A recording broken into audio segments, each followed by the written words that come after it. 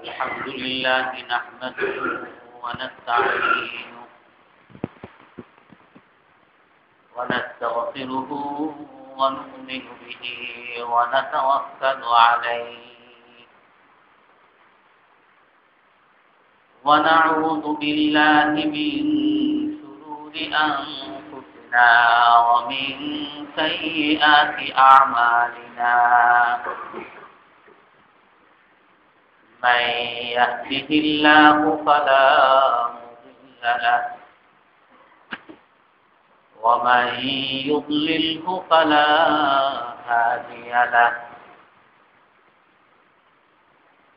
ونشهد أن لا إله إلا الله وحده لا شريك له ونشهد أن سيدنا ومولانا محمدا عبده ورسوله أرسله بالحق بشيرا ونذيرا بين يدي الساعة من يطع الله ورسوله فقد رشد واهتدى ومن يعصهما فقد ضل وغوى أما بعد فأعوذ بالله من الشيطان الرجيم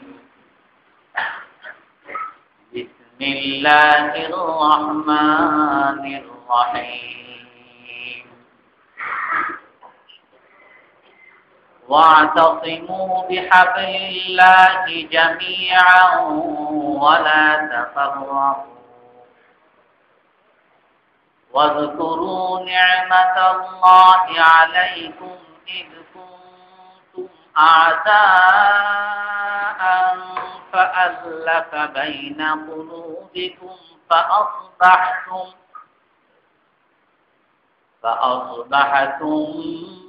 بنعمته إخوانا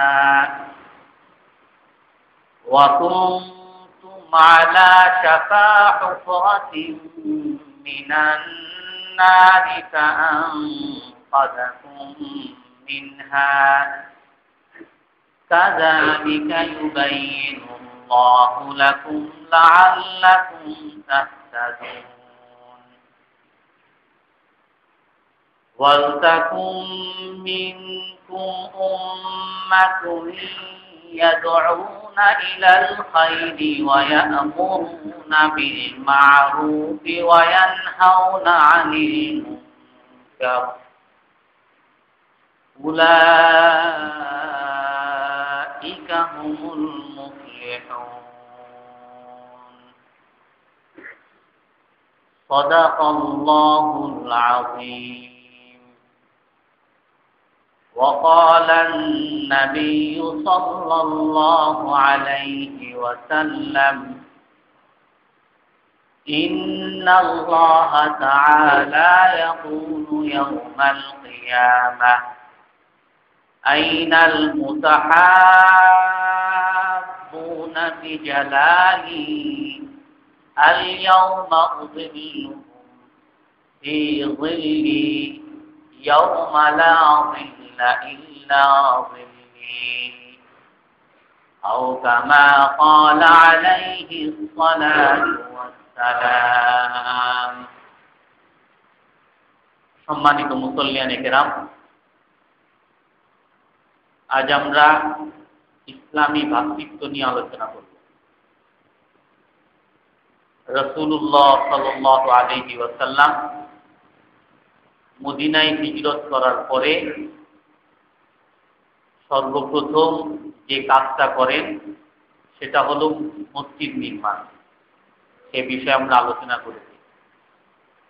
দ্বিতীয় যে কাজটা করেন সেটা হলো ইসলামী ভ্রাতৃত্ব প্রতিষ্ঠা। আপনারা জানেন মদিনায় রাসূল আসার আগে দুইটা বংশ ছিল, আউস এবং খাজরাজ, এবং তাদের এই দুই বংশের মধ্যে সব সময় গৃহযুদ্ধ লেগেই থাকত। যে তাদের যুদ্ধের তীব্রতা এতটা বেশি ছিল যে যখন কেউ মারা যেত তখন তার ছেলেদেরকে ওসিয়ত করে যেত যে আমার সম্প্রদায়ের জন্য, আমার কবিলা, আমার গোত্রের মান উচ্চ রাখার জন্য আমি সারা জীবন যুদ্ধ করেছি। হে আমার ছেলেরা, তোমরা যদি আমার বংশধর হয়ে থাকো তাহলে আমাদের সম্প্রদায়ের, আমাদের গোত্রের মান তোমরা রক্ষা করবা, এই যুদ্ধ চালিয়ে যাবা। এভাবে ওসিয়ত করে যেত। আর বছরের পর বছর তাদের মধ্যে গৃহযুদ্ধ লেগেই ছিল। শুধু যে মদিনায় তা না, মক্কায়ও বিভিন্ন গোত্রের মধ্যে হানাহানি, মারামারি, গৃহযুদ্ধ এটা নিত্যদিনের ব্যাপার ছিল।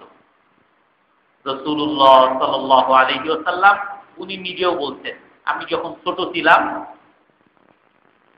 তখন আমার গোত্র আর এক গোত্রের সাথে যুদ্ধে লিপ্ত হয়েছিল, হরবুল ফেজার যেটাকে বলা হয়, পাপীদের যুদ্ধ, গোত্রে গোত্রে যুদ্ধ লেগেছিল। তো তখন আমি আমার বংশের লোক হওয়ার কারণে আমাকেও সেই যুদ্ধের মধ্যে অংশগ্রহণ করতে হয়েছে। আমি ছোট ছিলাম, বুঝতাম না। আমাকে তীর আনার জন্য বলা হইতো, আমি তীর নিয়ে আসতাম, পাথর নিয়ে আসতাম, ধনুক নিয়ে আসতাম। মক্কার মধ্যে প্রতিটা গোত্রে গোত্রে যুদ্ধ লেগেই থাকত। এতটা অরাজকতা। তখনকার যুগে যারা সম্রাট ছিল, সাম্রাজ্যবাদ যারা ছিল, রোম, পারস্য এবং ওখানে আব্রাহা, ইয়ামানের বাদশাহ, তারা সকলে বিভিন্ন সময় চেষ্টা করেছিল যে এখানে তো কোনো শাসন নাই, কোনো রাজা নাই, তো সেই মক্কাকে আমরা দখলে নিয়ে নিই, আমাদের শাসন ক্ষমতার অধীনে নিয়ে নিই। তারা বিভিন্ন সময় চেষ্টা করেছে। পারস্য সম্রাটের ঘটনা ইতিহাসে আছে, রোম সম্রাটের ঘটনা ইতিহাসে আছে। পারস্য সম্রাট তার সেনাদলকে পাঠিয়েছে মক্কাকে দখল করার জন্য।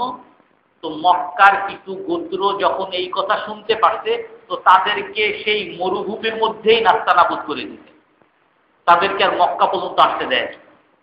রোম সম্রাটেরও কিছু সেনাদল পাঠিয়েছিল, তাদেরকে পাহাড়ের মধ্যেই নাস্তানাবুদ করে দিতে। এবং হাবশার আপনারা জানেন আব্রাহা, সেও মক্কাকে দখল করতে চেয়েছিল, তো তার বিরুদ্ধে আল্লাহ তাআলাই ফয়সালা করছে। তো মক্কার মধ্যে কোনো শাসন ছিল না, কোনো শাসক ছিল না। মদিনার মধ্যেও কোনো শাসক ছিল না, কোনো শাসন ক্ষমতা ছিল না। সেখানে ছিল গোত্রে গোত্রে হানাহানি, গোত্র নেতা, সাম্প্রদায়িকতা। তো রাসূলুল্লাহ সাল্লাল্লাহু আলাইহি ওয়াসাল্লাম মদিনায় আসার পরে সর্বপ্রথম যে কাজটা করেছেন সেটা হলো এই সাম্প্রদায়িকতা রোধ করেছেন। গোত্রীয় বোধ, সাম্প্রদায়িকতা বোধ, আমি অমুক গোত্রের, আমি অমুক গোত্রের, আমার গোত্র বড়, তোমার গোত্র ছোট, আমি কালো, তুমি ফর্সা, আমি রোমের, তুমি পারস্যের, এই সাম্প্রদায়িকতা বোধ সর্বপ্রথম রাসূলুল্লাহ সাল্লাল্লাহু আলাইহি সাল্লাম রহিত করেছেন। কোরআনের মধ্যে এটাই বলেছে, ওয়াজকুরু ইয কুনতুম আ'দাআন ফাআল্লাফা বাইনা কুলুবিকুম। হে নবী, হে সাহাবারা, তোমরা আল্লাহ তাআলার নিয়ামতকে স্মরণ করো, আল্লাহ তাআলার নিয়ামত স্মরণ করো। কি নিয়ামত? তোমরা শত্রু ছিলে, একজন আরেকজনকে দেখতে পারতে না, একজন আরেকজনের ছায়া সহ্য করতে পারতে না, এক গোত্রে আর এক গোত্রের সাথে মারামারি ছিল, এক গোত্র আর এক গোত্রের কখনো অতিথি হতে না, কখনো বিবাহ শাদীও তোমাদের মধ্যে ছিল না, শত্রু ছিলে। ফাআল্লাফা বাইনা কুলুবিকুম, আল্লাহ তাআলা তোমাদের অন্তরের মধ্যে ভালোবাসার সৃষ্টি করেছেন। ফাআসবাহতুম বিনি'মাতিহি ইখওয়ানা, আল্লাহ তাআলার অনুগ্রহে তোমরা পরস্পর ভাই হয়ে গেছো। এটা আল্লাহ তাআলার নিয়ামত, তোমরা শুকরিয়া আদায় করো। আর এক আয়াতের মধ্যে আল্লাহ তাআলা বলেন, ওয়া আল্লাফা বাইনা কুলুবিহিম লাউ আনফাকতা মা ফিল আরদি জামিআন মা আল্লাফতা বাইনাহুম। হে নবী, আল্লাহ তাআলা তার অনুগ্রহে, তার দয়ায় আপনার সাহাবাদের মধ্যে মহব্বত, ভ্রাতৃত্ববোধ সৃষ্টি করেছেন। হে নবী, আপনি যদি দুনিয়ার মধ্যে যত সম্পদ আছে এগুলো সব যদি ব্যয় করতেন তাদের মধ্যে বন্ধুত্ব সৃষ্টি করতে, তারপর আপনি বন্ধুত্ব সৃষ্টি করতে পারতেন না। মদিনায় গিয়ে বা মক্কার মধ্যে যে বিভিন্ন গোত্র ছিল তাদের মধ্যে রসুল যদি বলতেন, মদিনায় গিয়ে রসুল যদি বলতেন, হে আউস, তোমরা আমাকে মানো, তোমাদেরকে পদ দিব। হে খাজরাজ, তোমরা আমাকে মানো, তোমাদেরকে সম্পদ দিব। আমি পরবর্তীতে যখন বিভিন্ন রাষ্ট্র আমার দখলে আসবে তখন তোমাদেরকে ওইটা দিব, তোমাদেরকে ওইটা দিব। আল্লাহ রসুল যদি এরকম বলতেন তো তখন ওই পদ আর পদবি নিয়ে, ওই সম্পদ নিয়ে তাদের মধ্যে আরো মারামারি বেশি হয়ে যেত। তো রাসূলুল্লাহ সাল্লাল্লাহু আলাইহি ওয়াসাল্লাম তাদেরকে কিসের উপরে ভ্রাতৃত্ব, কোন বোধ তাদের মধ্যে তৈরি করেছেন, যে যার কারণে মক্কার লোক, মক্কা থেকে আসছে মুহাজির, তাদের কিছুই নাই, তাদের ঘর নাই, বাড়ি নাই। আর এক দেশের লোক, যেখানে মদিনার মধ্যেই তারা নিজেদের মধ্যে শত্রু, অন্যদেরকে তো আরো বড় শত্রু মনে করে, মক্কাকে তারা সবচেয়ে পরম শত্রু মনে করত। সেই মক্কার লোক মদিনায় আসছে, আর মদিনায় আসার পরে সেই আনসাররা, মদিনাবাসীরা, তারা কিরকম স্বাগত জানাচ্ছে। তাদের ঘর বাড়ি থেকে বের হয়ে গেছে, বের হয়ে রসুলকে বলতেছেন, হাজিহি মানাজিলুকুম, হে রসুল, এগুলো হলো আপনাদের ঘর, আমাদের ঘর না, এগুলো এগুলো আপনাদের ঘর। এখন আপনি যেভাবে বলেন সেভাবে ব্যবহার করেন। মুহাজিরদেরকে নিজেদের বাড়িতে নেওয়ার জন্য, অতিথি বানানোর জন্য তারা পরস্পর মারামারিতে লিপ্ত হয়ে, প্রতিযোগিতায় লিপ্ত হয়ে গেছে। যেটা আমরা বলেছিলাম গত সপ্তাহে, রাসূলুল্লাহ সাল্লাল্লাহু আলাইহি ওয়াসাল্লামের ঘোড়া নেওয়ার জন্য, লাগাম, উটের লাগাম নেওয়ার জন্য প্রতিটা বাড়ি থেকে সবাই এসে রসুলের পথ আগলে ধরছে। হয়তো রসুল এই জন্য হয়তো ওনাকে সবাই নিতে চায় না, সাহাবায়ে কেরাম মক্কা থেকে যেই মুহাজির আসছে তাদেরকে নেওয়ার জন্য তারা কারাকারি লেগে গেছে। হাদিসের মধ্যে আসছে যে এতটা কারাকারি, সর্বশেষে এই কারাকারির ফয়সালা, এই বিরোধের ফয়সালা কিভাবে হইছে? লটারির মাধ্যমে। লটারি করছে যে এই মুহাজির, এই 5 জন আসছে, নিতে চায় 20 জন, কারা কারা নিবে, লটারি হোক। তো লটারি যেই 5 জনের ভাগে আসছে সেই 5 জন এই 5 মুহাজিরকে নিয়ে গেছে। এভাবে লটারি করে তারা অতিথি বানাইছে।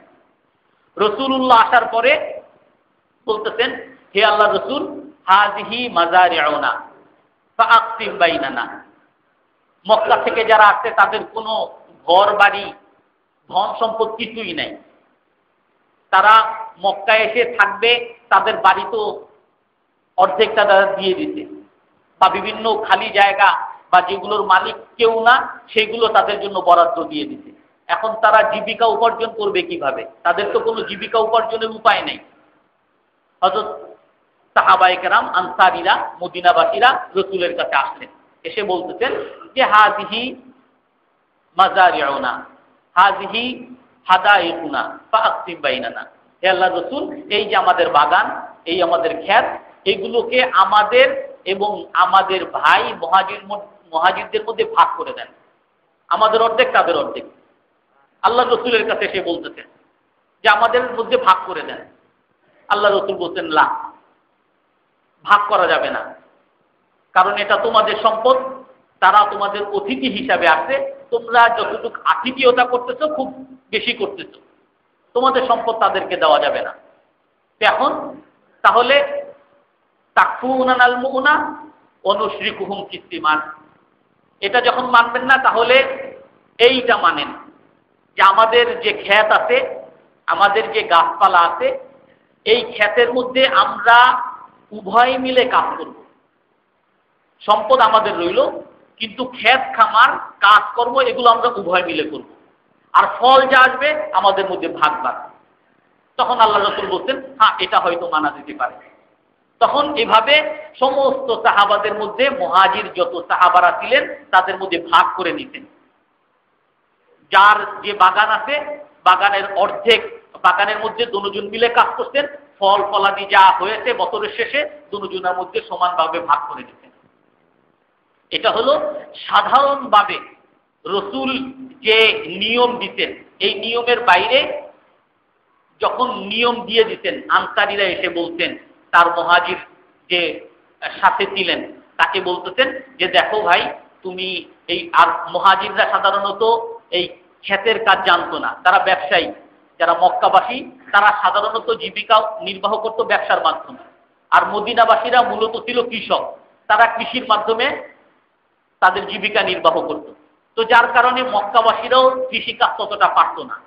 তো তখন মদিনাবাসী এসে মক্কাবাসীদেরকে বলল, মুহাজিরদেরকে বললেন যে দেখেন রাসূল তো বলতেন ঠিক আছে, কিন্তু আসেন আমরা আপোষ করে নেই, আপনাদের কাজ করার দরকার নেই, আমরাই কাজ করি, ফল যা আসবে যা ফসল যা আসবে এটা আমরা ভাগ করে নিব। তাদেরকে কাজও করতে দিতেন না। এটা হাদিসের মধ্যে আসছে, সিহাসিত্তার মধ্যে আসছে। সাহাবায়ে কেরাম মুহাজিররা এসে আল্লাহ রাসূলের কাছে অভিযোগ জানাইতেছেন, হে আল্লাহ রাসূল, মা রাআইনা মিসলা কওমিন আহসানা মুআসাতান ফি কালিল ওয়ালা আকসারা বাযলান ফি কাসীর। আমরা এই মদিনাবাসীর কাছে এসে তাদেরকে আমরা এমন ভাবে পাইলাম যে তাদের যাদের সম্পদ খুব কম, হয়তো বেশি না অল্প, এই অল্পটাই তারা আমাদেরকে ভাগ করে দিচ্ছেন। 3 বেলা তারা নিজেরাই খেতে পারেন না, 1 বেলা খান, ওই 1 বেলাই আমাদেরকে ভাগ করে দিচ্ছেন, আর 2 বেলা সে নিজেও খেতে পারেন না, আমার জন্য সহমর্মিতা প্রদর্শন করতেছেন যে আমি তো নিজেই খেতে পারি নাই, এখন আমার থাকলে তো তোমাকে দিতাম। যার অল্প সে আমাদের কাছে এসে সহমর্মিতা প্রদর্শন করতেছেন, আর যার বেশি আছে সে আমাদেরকে তো অঢেল দিয়ে দিতেছেন, তার যা আছে তা সবই প্রায় আমাদেরকে দিয়ে দিতেছেন। ইয়াকফুনানাল মুনা ওয়া ইউশরিকুনা ফিল মাহনা, আমাদেরকে কোনো কাজ করতে দিচ্ছেন না, আর ফসল যা আসছে ফসল আমাদেরকে অর্ধেক অর্ধেক দিয়ে দিচ্ছে। কদ খাশিনা আইয়াফিবা বিল আজরি কুল্লু, হে আল্লাহ রাসূল এখন তো আমাদের ভয় হইতেছে এই আনসারীরা সমস্ত সওয়াব নিয়ে যাবে, হয়তো আমরা হয়তো আর কোনো সওয়াবের মালিক হব না। তারা আমাদেরকে কাজ করতে দেয় না, তারা আমাদের ভ্রাতৃত্ব বন্ধন তো দেখিয়েছেনি, আমাদের জীবিকা নির্বাহের উপকরণ তারা দিয়েছে, সম্পদ তারা দিয়েছে, এখন কাজও করতে দেয় না, সব সওয়াব তো তারা নিয়ে যাইতেছে। তখন আল্লাহ রাসূল বলেন কি, লা মা আসনাইতুম আলাইহি ওয়ালা দাউতুমুল্লাহ লাহু, না আল্লাহ তাআলা তোমাদেরকেও সওয়াব দিবেন যতক্ষণ পর্যন্ত তোমরা তাদের এই কাজের প্রশংসা করবা, যতক্ষণ পর্যন্ত তোমরা তাদের জন্য আল্লাহর কাছে দোয়া করবা। আমাদের অনেক সময় একজন কোনো বাসায় অতিথি হয়ে গেলে 1 দিন খাওয়ায়, 2 দিন খাওয়ায়, 3 দিন, আলহামদুলিল্লাহ এখন 3 দিন, 4th দিন বা সপ্তাহ 2 সপ্তাহ পরে যদি একদিন গোশতের পরিবর্তে ডাল ভর্তা দিতে, তখন হ্যাঁ আপনার এত টাকা পয়সা আপনি দেন না, কি আপনি খাওয়াবেন না কেন? বলে যে আসতে দিলে বসে পড়ে, বসতে দিলে শুয়ে পড়ে। আর এইখানে মদিনাবাসীদেরকে কি বলতেছেন, মক্কাবাসীকে কি বলতেছেন যে না, তোমরা যদি এইটা মনে করো তারা তোমাদের উপরে অনুগ্রহ করতেছে, এই কথা যতদিন পর্যন্ত তোমরা মানবা, তাদের প্রতি কৃতজ্ঞতা জ্ঞাপন তোমরা যতদিন পর্যন্ত করবা, আল্লাহ তাআলা তোমাদেরকেও সওয়াব দিবেন। আর যদি তোমরা কখনো এরকম মনে করে ফেলো যে আমরা তাদের বাড়িতে আসছি, রাসূল বলছেন এখন তো এটা আমাদের অধিকার, তাদেরকে তো দিতেই হবে, আমি অর্ধেক পাই, সে কেন আমার অর্ধেক দিবে না, অর্ধেকের কম কেন দিল, তার এইটা দেওয়ার কথা ছিল সে আমার এটা কেন দিল না, বা সে আমারে 2 বেলা খাওয়ানোর কথা ছিল সে আমাকে কেন 1 বেলা খাওয়াইতেছে। যখন তুমি এই কথা বলা শুরু করবা তখন তুমি আর কোনো সওয়াব পাবা না। যতক্ষণ পর্যন্ত তুমি তার কৃতজ্ঞতা প্রকাশ করবা, তার কাজের প্রশংসা করবা, তার জন্য আল্লাহর কাছে দোয়া করবা, ততদিন পর্যন্ত তুমিও সওয়াব পাবা, সেও সওয়াব পাবে। রাসূলুল্লাহ সাল্লাল্লাহু আলাইহি ওয়াসাল্লাম হযরত আনাস রাদিয়াল্লাহু তাআলা আনহু বলেন যে আমার বাড়িতে রাসূল সাহাবাদেরকে ভাগ ভাগ করে দিতেন, ভাই ভাই বানিয়ে দিতেন। মুহাজিররা মদিনায় আসার পরে এখন কে কার সম্পদ দিবে, কে কার ঘরে রাখবে, ভাই ভাই বানিয়ে দিতেন। হযরত আবু বকর রাদিয়াল্লাহু আনহুকে খারেজা ইবনে জুহাইর ভাই ভাই বানিয়ে দিতেন। ওমর রাদিয়াল্লাহু তাআলা আনহু আতবান ইবনে মালিক, ওসমান ইবনে আফফান, আউস ইবনে সাবিত, আব্দুর রহমান ইবনে আউফ, সাদ ইবনে রাবিয়ে ভাই ভাই বানিয়ে দিতেন। আবু দারদা, সালমান ফারিসি, এরকম ভাই। হযরত আনাস রাদিয়াল্লাহু তাআলা আনহু বলেন প্রায় 150 থেকে 200 মুহাজির এবং আনসারী সাহাবীদেরকে আল্লাহ রাসূল ভাই ভাই বানিয়ে দিতেন। দুইজন ভাই। কোথায় তাদের মধ্যে শত্রুতা, সাম্প্রদায়িকতা, গোত্রীয়তা সব কিছু ভুলে এখন তারা ভাই ভাই। নিজের বাড়ি তাদেরকে দিয়ে দিচ্ছেন, নিজের সম্পদ তাদেরকে দিয়ে দিচ্ছেন, নিজের ফসল তাদেরকে দিয়ে দিচ্ছেন। হযরত সাদ ইবনে রাবির কথা আসছে, আব্দুর রহমান ইবনে আউফ রাদিয়াল্লাহু আনহু মুহাজির, সাদ ইবনে রাবি মদিনাবাসী আনসারী। যখন ভাই বানিয়ে দিতেন, সাদ ইবনে রাবি রাদিয়াল্লাহু আনহু বলতেছেন, হে আব্দুর রহমান ইবনে আউফ, হাযিহি আমওয়ালুনা ফাআকসিম বাইনানা ওয়া বাইনাক, যে দেখো এই আমার সম্পদ, আল্লাহ আমাকে অনেক সম্পদ দিয়েছেন, এই সম্পদকে আমি দুই ভাগ করলাম, এক ভাগ আমার আর এক ভাগ তোমার। ওয়াহাযিহি যাওজাতাইন, আর আমার আল্লাহ 2 স্ত্রী দিতে, এখন আমি তোমাকে একটা স্ত্রী দিতে চাই, তুমি কাকে তুমি বলবা, আমি তাকে ছেড়ে দিব, তারপরে তুমি তাকে বিয়ে করে নিবা। এই আমার ঘর, এই ঘরকে আমি অর্ধেক করছি, এখন অর্ধেক আমি নিলাম আর অর্ধেক তোমাকে দিয়ে দিলাম। হযরত আব্দুর রহমান ইবনে আউফ বলেন, জাযাকাল্লাহ, আল্লাহ তাআলা তোমাকে অনেক বদলা দান করুক, তোমার এই ইচ্ছার জন্য, তোমার এই চাহিদার জন্য, তোমার এই চাওয়ার জন্য। দুল্লানি আলা সুক, আমাকে বাজার দেখায় দাও। তো তারপর তাকে বানি কাইনুকার বাজার দেখায় দিতে। তো উনি কিছু ঘি আর কিছু আটা নিয়ে বাজারে গেছেন, বিক্রি করতেন, লাভ হইতে। পরের দিন আবার আরো কিছু নিয়ে গেছেন, সেগুলো বিক্রি করতে আরো লাভ হইতে।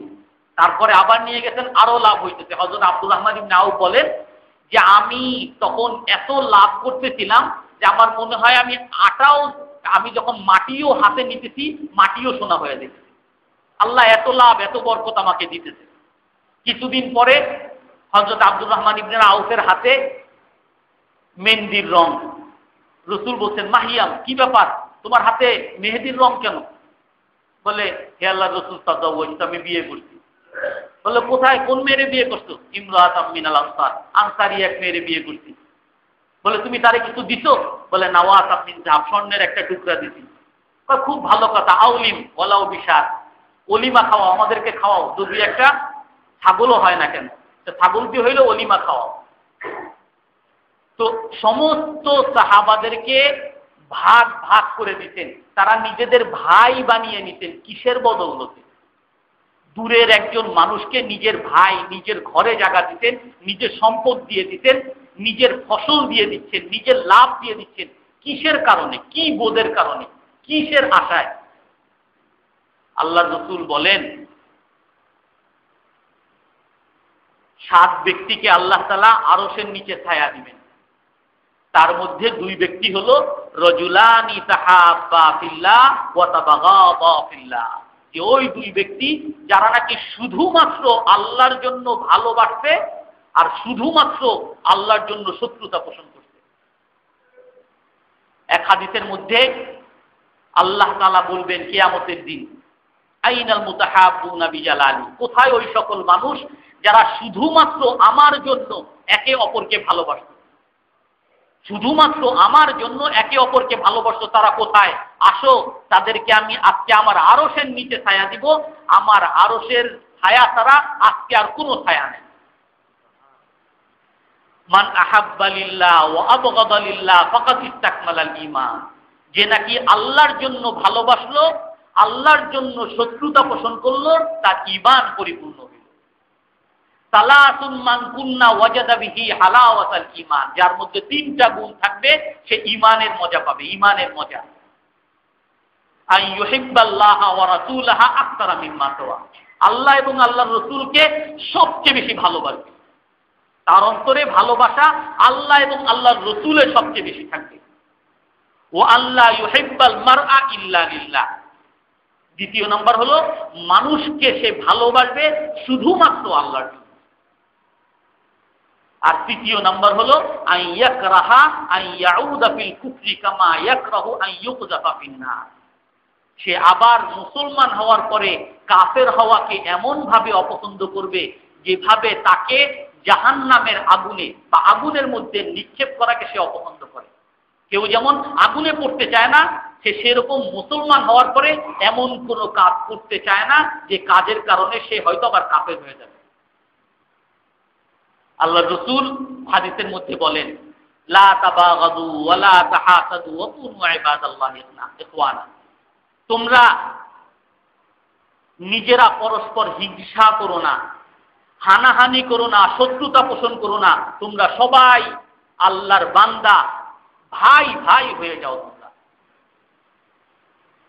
তো রাসূলুল্লাহ সাল্লাল্লাহু আলাইহি ওয়াসাল্লাম সকল মুসলমানকে, সেই মদিনাবাসীকে, আউসবাসীকে, খাজরাজবাসীকে, গেসফানবাসীকে, কুরাইশবাসীকে, মক্কাবাসীকে, সেই পারস্যের মানুষকে, রোমের মানুষকে, সবাইকে আল্লাহ রাসূল এই শিক্ষা দিতেন যে দেখো তোমরা সবাই আবদুল্লাহ, আল্লাহ তাআলার বান্দা, তোমরা সবাই আল্লাহর বান্দা, তোমরা সবাই ভাই ভাই, তোমাদের মধ্যে আর কোনো পরিচয় নাই, আল্লাহর বান্দা তোমরা, তোমরা সবাই রসুলের উম্মত, এক রসুলের উম্মত, সবাই মুহাম্মদ সাল্লাল্লাহু আলাইহি সাল্লামের উম্মত, তোমরা সবাই এক আল্লাহর বান্দা, তোমরা সবাই এক রসুলের উম্মত, তোমাদের নেতা একজন রসুল না। হে আউসবাসী, তোমাদের আউসের নেতা তোমাদের নেতা না, খাজরাজের নেতা তোমাদের নেতা না, মক্কার নেতা তোমাদের নেতা না, কুরাইশের নেতা তোমাদের নেতা না, পারস্যের নেতা তোমাদের নেতা না, রুম সম্রাটের নেতা তোমাদের নেতা না। তোমাদের নেতা, তোমাদের আদর্শ, তোমরা যাকে মানবা সে হলো একমাত্র রসুল, রসুলের উম্মত তোমরা সবাই। আর তোমরা কাজ কেন করবা? যত কাজ করতেছো, তুমি একজনকে খাওয়াচ্ছ, তোমার ভাইকে তুমি জমিন দিয়ে দিতেছো, তোমার ভাইকে তুমি ঘরের অর্ধেক দিয়ে দিতেছো, তোমার ভাইকে তুমি ফসলের অর্ধেক দিয়ে দিতেছো, কেন দিতেছো? তুমি জান্নাতবাসী, সেজন্য তুমি জান্নাত পাবে, তুমি যা করবে তার পরিবর্তে জান্নাত পাবে। এই তিনটা বিষয়ের উপরে সমস্ত মুসলমানকে আল্লাহর রাসূল উঠিয়েছেন, যে সমস্ত মুসলমান আল্লাহর বান্দা, সমস্ত মুসলমান এক রসুলের উম্মত, সমস্ত মুসলমান জান্নাতবাসী। এই বোধ যখন সাহাবাদের মধ্যে তৈরি করতেন, তো সকল সাহাবাদের মধ্যে সর্বপ্রথম পরিচয় হলো যে আমরা সবাই আল্লাহর বান্দা, আমরা কেউ আউসের গোত্রের না, আমরা কেউ খাজরাজের গোত্রের না, আমরা কেউ মক্কাবাসী না, আমরা কেউ মদিনাবাসী না, আমরা কেউ অমুকবাসী না, আমরা সবাই আল্লাহর বান্দা, আমরা সবাই রসুলের উম্মত, আমাদের নেতা অমুক না, আমাদের নেতা অমুক না, আমরা সবাই রসুলের উম্মত। তাদের মধ্যে এই বোধ সৃষ্টি হওয়ার কারণে আল্লাহ তাআলা কোরআনের মধ্যে বলছেন যে তোমাদের মধ্যে বন্ধু হবে কারা? ইন্নামা ওয়ালিয়ুকুমুল্লাহু ওয়া রাসূলুহু, তোমাদের বন্ধু একমাত্র তোমাদের বন্ধু আল্লাহ, আল্লাহ, আল্লাহর রাসূল, ওয়াল্লাযীনা আমানু, এবং মুমিনরা। এই আয়াতের শানে নজুল হযরত আব্দুল্লাহ ইবনে সালাম রাদিয়াল্লাহু আনহু, উনি ইহুদি ছিলেন, বড় ইহুদি পণ্ডিত, বড় ইহুদি আলেম ছিল। উনি যখন ইসলাম গ্রহণ করে, তো ইসলাম গ্রহণ করার পরে তার বাসা ছিল ওই ইহুদিরা যেই বস্তিতে থাকতো, যেই এলাকায়, ওই এলাকায় তার বাসা।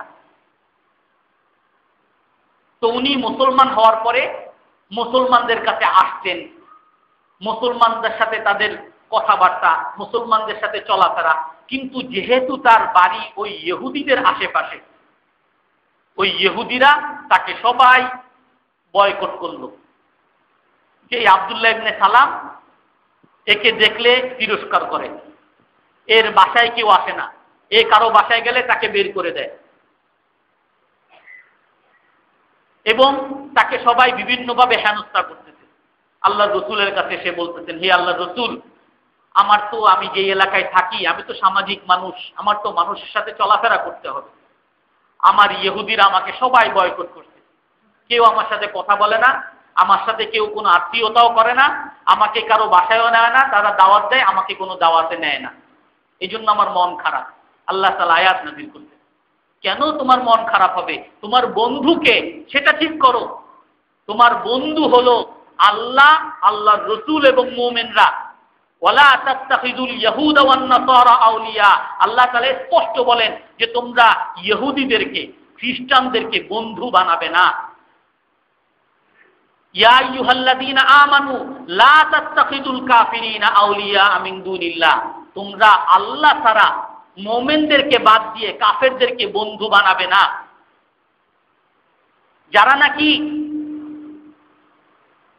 ঈমান বাদ দিয়ে কুফরিকে পছন্দ করে, তাদেরকে তোমরা বন্ধু বানাবে না।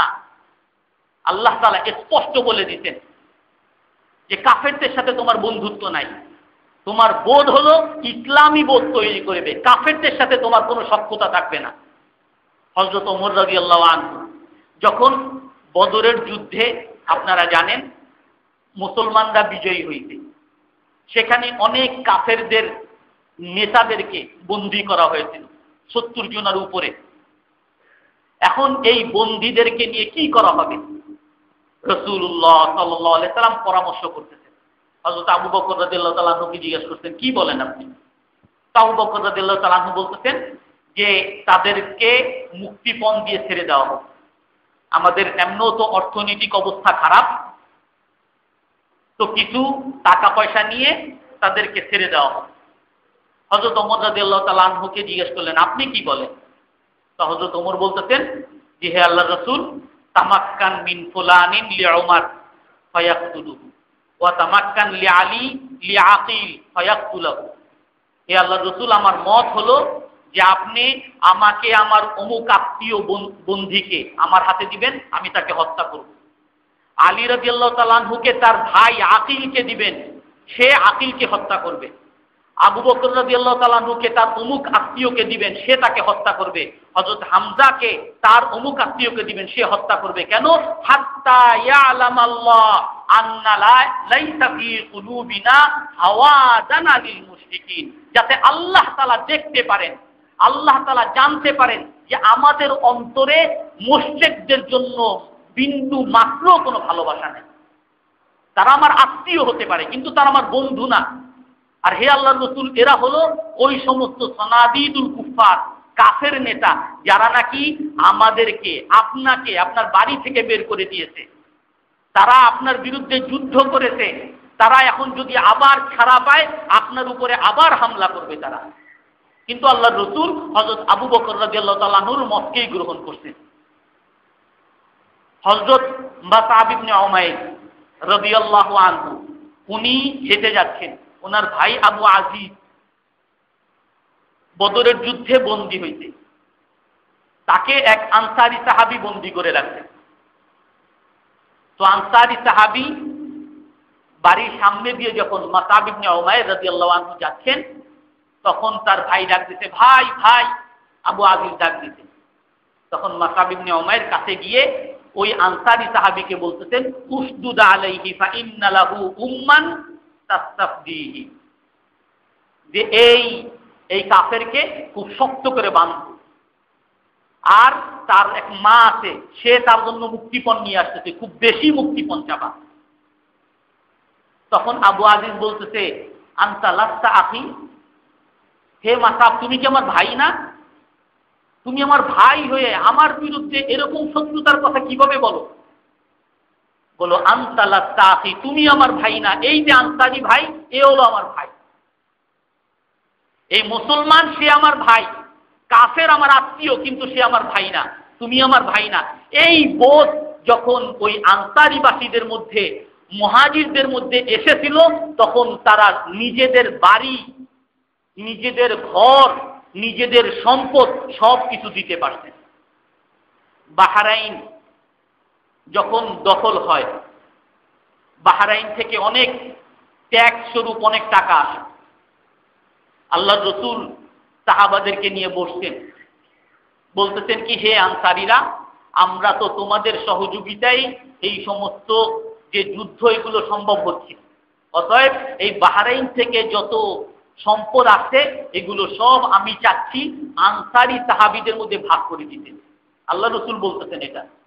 আনসারীরা সবাই এক বাক্যে বলতেছেন যে না, ফাআকসিম বাইনানা ওয়া বাইনাল মুহাজিরিন, হে আল্লাহর রাসূল, আপনি যদি এটা ভাগ করতেই চান তাহলে আমাদের এবং মুহাজির ভাইদের মধ্যে সমানভাবে ভাগ করে দেন, আমরা একারা নিব না। তাদের মধ্যে কিরকম ভ্রাতৃত্ববোধ আল্লাহ তাআলা তৈরি করছেন, রাসূলুল্লাহ সাল্লাল্লাহু আলাইহি সাল্লাম কিরকম ভ্রাতৃত্ববোধ তৈরি করছেন। আর আমরা একটু যদি তুলনা করি একটু আমাদের সাথে, আমরা বাংলাদেশি, অমুকের বাসা অমুক জায়গায় বিয়ে দিবে না। কিছুদিন আগে একটা ঘটকালিতে ছিলাম, সব ঠিক, শেষে বিয়ে করবে না, এখানে বিয়ে দিব না। কেন? এই নোয়াখালীর লোক, নোয়াখালীর সাথে বিয়ে হবে না। আর ভাই লোক তো ভালো, তার ফ্যামিলি ভালো, সবকিছুই ভালো, যে না অমুকে কি অমুক জায়গায়, এ হলো চিটাঙের, এর সাথে হবে না, এ সিলেটের, এর সাথে হবে না, এ বরিশাইল্লা, এর সাথে হবে না। এটা তো অনেক দূরের কথা। আপনাদের বাড়ি যাদের সিরাজগঞ্জ জানেন, সিরাজগঞ্জে পাশাপাশি বাড়ি, এক দল হলো পাফাটা আর এক দল হলো ঝোলা। মানে পাফাটা মানে যারা কৃষক, আর ঝোলা যারা তাঁতের কাজ করে। একই গ্রামে থাকে, পাশাপাশি গ্রাম, কিন্তু এই পাফাটারা ঝোলার কাছে কখনো আত্মীয়তা করবে না, এনারা ওনাদের কাছে কখনো আত্মীয়তা করবে না। হয়তোবা কোনো কারণও থাকতে পারে, এটা ঠিক আছে, অনেকের অনেক রকম যুক্তি আছে। যখন ঢাকার একজন চিটাঙের কারোর সাথে মেয়ে বিয়ে দিবে, তখন তার সাথে ভাষায় মিলবে না, আর ভাষা যদি না মিলে তো কিভাবে সে সংসার করবে, যুক্তি থাকতে পারে। সিলেটের একজনের সাথে ভাষায় মিলবে না, অনেক কৃষ্টি কালচারে মিলে না। আমরা ঢাকার লোকরা যারা ইসে যায়, চিটাং যায়, সে চিটাং থাকতে পারে না। আমরা গিয়ে যখন হোস্টেলে রয়েছি থাকতে পারিনি, কারণ ওইখানে তারা সবাই ভাত খায়, কি বলে, আমরা তো সিদ্ধ চাল খাই, আর তারা খায় হলো আতপ চাল, যার কারণে আমরা সেই আতপ চাল খেতে পারি না। এবং তাদের যত তরকারি হয় সমস্ত তরকারির মধ্যে শুটকি থাকে, ঢাকার লোকরা খেতে পারে না। কিছু অস্বাভাবিকতা থাকতে পারে। এখন যদি বলে আমি চিটাঙের লোক, ঢাকার সাথে আমার কোনো সম্পর্ক নাই, তাহলে কি এই মুসলমান আর মুসলমান থাকবে? থাকতে পারে। রাসূলুল্লাহ সাল্লাল্লাহু আলাইহি সাল্লাম যখন বদরের যুদ্ধে যান, তখন আউস এবং খাজরাজের মধ্যে যারা বেশি রসুলের সাথে গিয়েছিলেন বদরের যুদ্ধে, তারা হলো খাজরাজ বংশের, অর্থাৎ বনু নাজ্জার, রসুলের যারা মামার বংশ, তাদের মধ্যে বেশি লোক গিয়েছিল। একটা ভ্রাতৃত্ববোধ বা একটা জাতীয়তাবোধ, দেশাত্মবোধ থাকতে পারে। আর এটাও ইসলামে অস্বীকার করে নাই। রসুল মদিনায় যাওয়ার পরেও খাজরাজ বংশ আলাদা ছিল, আউস বংশ আলাদা ছিল। কোনো কিছু হইলে খাজরাজ বংশের নেতার সাথে, সাদ ইবনে মুআযের সাথে আলাদা করে কথা বলতেন, তোমার কওম কি বলে, নেতার মাধ্যমে তার লোকদেরকে বশ করতেন। তখনও বংশ ছিল, গোত্র ছিল, কিন্তু সর্বপ্রথম পরিচয় আমি মুসলমান। তারপরে দ্বিতীয় নাম্বার পরিচয় হলো আমি অমুক বংশের, আমি চিটাগাংয়ের, আমি ঢাকার, আমি অমুকের, আমি বাংলাদেশি, আমি ইন্ডিয়ান, আমি সৌদি আরব, পরের পরিচয়। প্রথম পরিচয় আমি মুসলমান। এই পরিচয় আমার মধ্যে মুসলমান হিসেবে থাকতে হবে, এটা ইসলামের একটা মূল নীতি। ইসলামী ভ্রাতৃত্ববোধ আমার মধ্যে সর্বপ্রথম থাকতে হবে। দ্বিতীয় নাম্বার যা আসে সেটা আসবে সাম্প্রদায়িকতা বোধ। আল্লাহর রসুল ইসলামের মধ্যে রোধ করেছেন, লা তাবিয়াতা ফিল ইসলাম, ইসলামে কোনো সাম্প্রদায়িকতা নাই। সাম্প্রদায়িকতা বলতে এই গোত্রবোধ, জাতিবোধ, আমাদের দেশাত্মবোধ, এইগুলো হলো সাম্প্রদায়িকতা। এটার উল্টা ব্যাখ্যা করা হয়। সাম্প্রদায়িক মুসলমান হইলে আমি মুসলমান, তুমি হিন্দু, আমি সাম্প্রদায়িকতা করলাম। ইসলামে যে সাম্প্রদায়িকতা রোধ করা হয়েছে, সেটা গোত্র এলাকার যে সাম্প্রদায়িকতা, সেইটাকে রোধ করা হয়েছে। সমস্ত মানুষ এক, মুসলমান কোনো সম্প্রদায় না, মুসলমান হলো উম্মত। মুসলমান কখনো সাম্প্রদায়িক হতে পারে না। সাম্প্রদায়িকতা হলো নিজেদের মধ্যে, নিচের মধ্যে। এই জন্য বিশেষ করে আমরা যখনই যে কোনো লেভেলে, যে কোনো ক্ষেত্রে আমরা যে কোনো কাজ করি, অবশ্যই আমার মধ্যে দেশাত্মবোধ থাকতে হবে। আমি যদি আমার চিটাঙের লোক হই, চিটাঙের উন্নয়ন না করি, বাইরের মানুষ এসে করবে না, থাকবে, কিন্তু সর্বপ্রথম পরিচয় থাকবে আমি মুসলমান। দ্বিতীয় নাম্বার পরিচয় হলো আমি কোন দেশের, সেটা থাকবে সর্বপ্রথম। কিন্তু এমন যেন না হয় আমি মুসলমান 2 নাম্বার, উপরের নাম্বার হইল আমি কোন এলাকার। আমরা জানি, আমরা অনেকেই এই কিছুদিন পরে নববর্ষ আমরা উদযাপন করি, সেখানে আমরা বাঙালিয়ানা দেখাই, খুব ভালো কথা। কিন্তু আমি বাঙালিয়ানা জাতীয়তাবোধ যখন দেখাবো, তখন আমাকে দেখতে হবে যে আমি ইসলামের মাপকাঠিতে কতটুকু শুদ্ধ করতেছি, কতটুকু শুদ্ধ করতেছি না। আমি মঙ্গল শোভাযাত্রায় অংশগ্রহণ করি। মঙ্গল শোভাযাত্রাটা কি, তার মূল বিশ্বাসটা কি? মূল বিশ্বাসই হলো, যেমন দেবীকে বিসর্জন দেওয়া হয় সমস্ত অনিষ্ট দূর করার জন্য, মঙ্গলের মধ্যে একটা বড় একটা মূর্তি তৈরি করা হবে, ড্রাগন তৈরি করা হবে বা বাঘ তৈরি করা হবে, আর আমার সমাজ থেকে সমস্ত অনিষ্টকে আমরা বিসর্জন দিলাম। আল্লাহ তাআলা কোরআনের মধ্যে বলেন, ফাসাব্বিহ বিহামদি রাব্বিকা ক্বাবলা তুলুইশ শামসি ওয়া ক্বাবলাল গুরুব, সূর্য ওঠার আগে এবং সূর্য ডুবার আগে তুমি আল্লাহ তাআলার গুণগান গাও। আর আমি সকালে সূর্য ওঠার আগে রবীন্দ্রসঙ্গীত গিয়ে আমি বর্ষবরণ করি। আমাকে জাতীয়তাবোধ আমি করব, দেশাত্মবোধ আমার মধ্যে অবশ্যই থাকতে হবে, কিন্তু তার আগে আমার দেখতে হবে কোনটা ইসলামের মাপকাঠিতে ঠিক আছে, কোনটা ইসলামের মাপকাঠিতে বিবর্জিত, সেটাকে আমাকে অবশ্যই পরিহার করতে হবে। আল্লাহ তাআলা আমাদের সকলকে আমল করার তৌফিক দান করেন। যারা সুন্নত করেনি সুন্নত করেন।